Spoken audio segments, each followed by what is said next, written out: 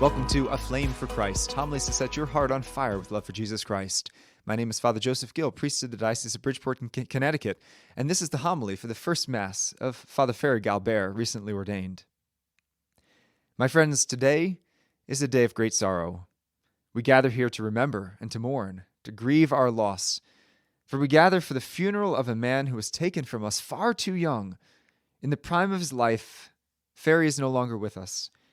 And we may question in our hearts how God could take a young man away from us so suddenly, so tragically. We gather then to celebrate a life that has been lost and to remember in sadness the life that was his. Now, you may be thinking that I've lost my mind, and you wouldn't be the first people to think that of me. But no, this is not the wrong homily. We do gather, indeed, on this day for a funeral, because yesterday's ordination was a death, and Ferry died to himself. And Jesus Christ now lives in and through him as Father Ferry Galbert. You know, truly, to become a priest is to die. To become a priest is to say with St. Paul, "For me life is Christ, and death is gain. It is no longer I who live, but Christ who lives in me." So in what ways must a priest lay down his life? Well, he must lay down his plans for his life, to surrender control and promise obedience to another. He must lay down his natural desire for marriage and pledge his entire body, mind, and affections to Christ through holy celibacy. He must lay down the tendency to seek to amass possessions and live a life of simplicity. He must commit himself not to a life of ease, but to a life of mortification and prayer. As Blessed Fulton Sheen said, a priest is not his own. As priests, we offer Christ in the Mass, but as victims, do we offer ourselves with Christ in the Mass? But this death is not an end in itself.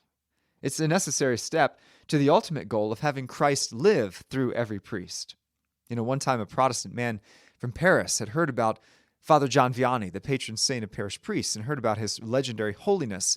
And so he wanted to just go and see for himself. And so he took the trip down from Paris to Ars, where Father Vianney was ministering, and spent a few days there with the holy priest and came back. And his friends asked him, "Well, what did you see? What did you think when you saw Father Vianney?" And the Protestant man said, "I have seen God in a man. I have seen God in a man." And this is the end and the goal of the priesthood, to make Christ present in the world through a man who must first die to himself, to his old nature, to his sinfulness, that every aspect of him, the thoughts, the words, the deeds, the affections, the emotions, may truly be the life of Christ lived here in America in 2023. Now, one may look at the sacrifices that a priest has to make and think, that seems impossible. It's inhuman. I mean, no one can live with so many sacrifices. And yet, where there is love, sacrifice is easy. When a man's entire being is oriented to the Lord and to his glory, then what does it matter if he's rich or poor, suffering or comfortable? What does it even matter if he sees any fruit from his ministry? I mean, ultimately, the fruit is God's job, which he will harvest in his time. But the priest's role is to make God present by being totally conformed to him.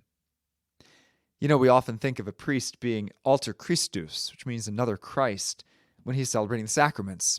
After all, it's a priest who says, "This is my body," taking to himself the words of Christ. He says, "I absolve you from your sins." And this is true. We do stand in the person of Christ when we celebrate the sacraments.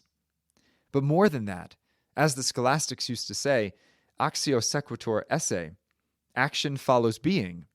So a priest's spiritual fruitfulness is really directly proportional to how much he himself is personally conformed to Christ. A few years ago, a particularly holy diocesan priest from the Archdiocese of Washington by the name of Father Martin Flum was making a huge impact in his parish. When the COVID lockdowns began, he opened his church for Eucharistic adoration every day from 6 a.m. to 9 p.m., and he himself was there every single hour. 105 hours of prayer every week during the lockdown. Whew, that's intense. And, you know, pretty soon people heard about it and came from all around to join Father Flum in adoration, and miracles began happening.